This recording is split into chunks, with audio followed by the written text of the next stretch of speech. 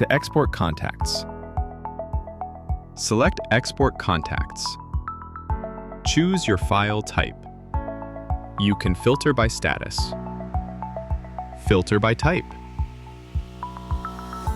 Click Export, and that's it. To import contacts, select Import Contacts.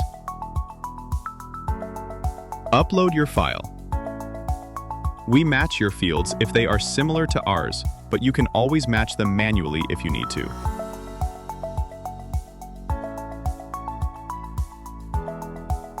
Before you import, you can choose to update existing contacts based off of matching email addresses.